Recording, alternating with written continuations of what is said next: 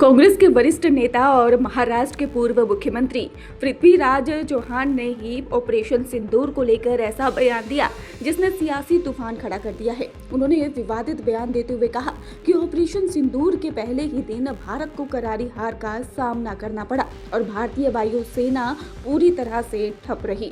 इसके साथ ही पृथ्वीराज ने कहा कि 7 मई को करीब आधे घंटे तक चली हवाई झड़प में भारतीय पक्ष को भारी नुकसान हुआ, चाहे लोग इसे माने या ना माने। उन्होंने यहाँ तक दावा कर दिया कि इस दौरान ही भारतीय लड़ाकू विमान मार गिराए गए और वायुसेना का एक भी विमान उड़ान नहीं भर सका। पूर्व मुख्यमंत्री ने आरोप लगाया है कि ऑपरेशन सिंदूर की पूरी सच्चाई देश के सामने नहीं लाई गई है। उनके मुताबिक युद्ध में नुकसान होना सामान्य है, लेकिन सरकार कुछ तथ्यों को छुपा रही है। उन्होंने कहा है कि सेना के स्तर पर जहां रणनीतिक चूक हुई उसे स्वीकार किया गया है, लेकिन सरकार सच सामने नहीं आने दे रही है। इसके साथ ही उन्होंने दावा किया है कि विदेशी मीडिया भारत को ज्यादा नुकसान होने की बात कर रहा है और चीन की वजह से पाकिस्तान की सैन्य ताकत बढ़ गई है। उन्होंने कहा है कि भारत के किसी भी विमान के उड़ते ही चीन को इसकी जानकारी मिल जाती है जो पाकिस्तान तक पहुंच जाती है, जिससे भारत का ही सरप्राइज एलिमेंट खत्म हो जाता है। इतना ही नहीं, उन्होंने ये भी कहा कि 10 मई की लड़ाई का जिक्र करते हुए साफ तौर पर कहा कि उस दिन वायुसेना को पूरी तरह से अलग रखा गया है और जमीनी स्तर पर कार्रवाई हुई है। इसके बावजूद सीज फायर क्यों नहीं किया गया? ये सवाल उठाते हुए उन्होंने कहा कि सीज फायर पूर्व अमेरिकी राष्ट्रपति डोनाल्ड ट्रंप के दबाव में कराया गया, जिसे प्रधानमंत्री स्वीकार नहीं कर रही हैं। बीजेपी हुई हमलावर। इसके साथ ही आपको बता दें कि उन्होंने इस बयान पर भारतीय जनता पार्टी ने तीखा पलटवार भी कर दिया है। बीजेपी ने कहा है कि कांग्रेस पार्टी को भारतीय सशस्त्र बलों से नफरत है और सेना का मनोबल गिराने की कोशिश कर रही है। आपको बता दें कि 22 अप्रैल को पहलगाम में हुए आतंकी हमले में 26 लोगों की मौत के बाद भारत ने 7 मई को ऑपरेशन सिंदूर लॉन्च किया था। इस अभियान में पाकिस्तान और पाकिस्तान के अधिकृत कश्मीर में जैश-ए-मोहम्मद और लश्कर-ए-तैयबा जैसे आतंकी संगठनों के ठिकानों को निशाना बनाया गया और 100 से ज्यादा आतंकियों के मारे जाने की पुष्टि हुई थी। सरकार ने भारतीय लड़ाकू विमानों के गिराए जाने की जुड़ी रिपोर्टों को पहले ही भ्रामक और संदर्भ से बाहर बताया है, लेकिन इसके साथ ही पूर्व मुख्यमंत्री के बयान ने एक बार फिर से इस मुद्दे को राजनीतिक बहस के केंद्र में ला दिया है। वहीं अब कांग्रेस नेता पृथ्वीराज ने ऑपरेशन सिंदूर से जुड़े अपने दावे पर बुधवार को माफी मांगने से भी इनकार कर दिया। उन्होंने साफ तौर पर कह दिया कि मैं माफी नहीं मांगूंगा, मैंने कुछ भी गलत नहीं कहा और मेरे पास माफी मांगने का कोई कारण नहीं है। उन्होंने एक दिन पहले कहा था कि मई में पाकिस्तान के साथ हुए सैन्य संघर्ष में भारतीय सेना को पहले दिन ही हार का सामना करना पड़ा था। इसको लेकर बीजेपी कांग्रेस पर हमलावर है। बीजेपी प्रवक्ता शहजाद पूनावाला ने कहा कि सेना का अपमान करना अब कांग्रेस की पहचान बन गई है। ये सिर्फ पृथ्वीराज चौहान का ही बयान नहीं है, बल्कि राहुल गांधी भी इससे पहले इस तरह के बयान दे चुके हैं। देखिए, ये आईएनसी इंडियन नेशनल कांग्रेस नहीं है, ये इस्लामाबाद नेशनल कांग्रेस है, ये एंटी नेशनल कांग्रेस है और सेना का अपमान बन चुकी है कांग्रेस की पहचान। सड़क का गुंडा कहना, कारगिल विजय दिवस 5 वर्ष नहीं मनाना, surgical strike, Balakot air strike पर सवाल खड़े करना और ऑपरेशन सिंदूर पर भी सवाल खड़े करना और हमारे सेना के मनोबल को विजय दिवस के दिवस पर चोट पहुंचाना। और ये कोई पृथ्वीराज चौहान का स्टेटमेंट नहीं है।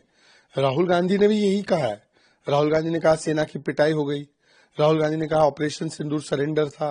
राहुल गांधी ने कहा सेना की क्या आवश्यकता है। तो ये सारे स्टेटमेंट्स राहुल गांधी के, इसलिए राहुल गांधी या कांग्रेस पार्टी कोई कार्रवाई नहीं करती है पृथ्वीराज चौहान पर। गिरिराज सिंह ने ये भी कहा है कि कांग्रेस सेना का अपमान कर रही है। जी हां, केंद्रीय मंत्री गिरिराज सिंह ने कहा है कि किसी को भी सशस्त्र बलों के शौर्य का अपमान या फिर दुरुपयोग करने का अधिकार नहीं है। जो लोग सशस्त्र बलों की बहादुरी को नीचा दिखाते हैं वे कभी भी देश हित में नहीं सोच सकते। जेडीयू के प्रवक्ता नीरज कुमार ने कहा कि पृथ्वीराज कांग्रेस नेता हैं और उनके खिलाफ कार्रवाई की जानी चाहिए। कांग्रेस को तुरंत कदम उठाना चाहिए। किसी को भी सेना की ताकत या क्षमता पर सवाल नहीं उठाना चाहिए। बीजेपी सांसद ब्रिजलाल ने यह भी कह दिया कि कांग्रेस पार्टी हमेशा से पाकिस्तान समर्थक रही है और उसने बार बार देश का अपमान किया है। कांग्रेस और उसके नेता देश को नीचा दिखाने का काम करते हैं। बीजेपी सांसद संबित पात्रा ने यह भी कहा कि महाराष्ट्र के पूर्व मुख्यमंत्री पृथ्वीराज ऑपरेशन सिंदूर और भारतीय सेना को लेकर दिया गया बयान घोर निंदनीय और देशद्रोही मानसिकता को दर्शाता है। सेना की क्षमता पर सवाल उठाना और माफी से इंकार करना पूरे देश के मनोबल को आघात है। भारत में कांग्रेस पार्टी के एक जाने माने चेहरे हैं गांधी परिवार के, और खास करके राहुल और प्रियंका वाड्रा जी के काफी नजदीकी जाने जाते हैं। पृथ्वीराज चौहान जी का बुधवार को यह भाषण कि जब ऑपरेशन सिंदूर हुआ पहले ही दिन हम हार गए थे, अर्थात भारतवर्ष हार गया था, और ऑपरेशन सिंदूर के पहले ही दिन भारत की एयरफोर्स ग्राउंडेड हो गई थी। भारत के हमारे जो हवाई जहाज थे, लड़ाकू विमान थे, उनको स्ट्राइक डाउन कर गया था। मैं कहूंगा ये गद्दारी से भरा हुआ स्टेटमेंट है, और आज उन्होंने उस पर माफी मांगने से भी इनकार कर दिया है। सेना के शौर्य पर किसी को गाली देने का अधिकार नहीं है। जो लोग सेना के शौर्य को अपमानित करते हैं वो कभी देश हित की बात सोच ही नहीं सकते। पहली बार नहीं कि लोग इस तरीके से बयानबाजी दे रहे हैं। मैं सीधा कह रहा हूं, कांग्रेस पार्टी हो चाहे कोई हो, चाहे वो नकली हो चाहे ओरिजिनल हो, लेकिन विपक्ष और कांग्रेस की एक आदत सी बन गई है कि देश को अपमानित करना, सेना के शौर्य को अपमानित करना, ये देश कभी बर्दाश्त नहीं करेगा। मैं उनके बयान की घोर निंदा करता हूं।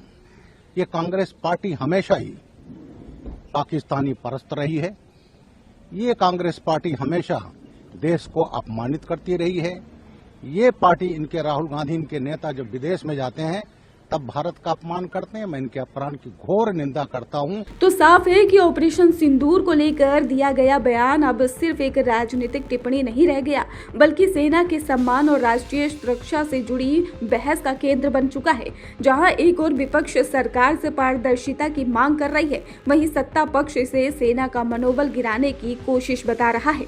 फिलहाल पृथ्वीराज अपने बयान पर कायम है और माफी से इंकार कर चुके हैं, लेकिन सवाल यही है, क्या इस राजनीतिक जंग का असर सेना और देश की सुरक्षा से जुड़े मुद्दों पर पड़ेगा?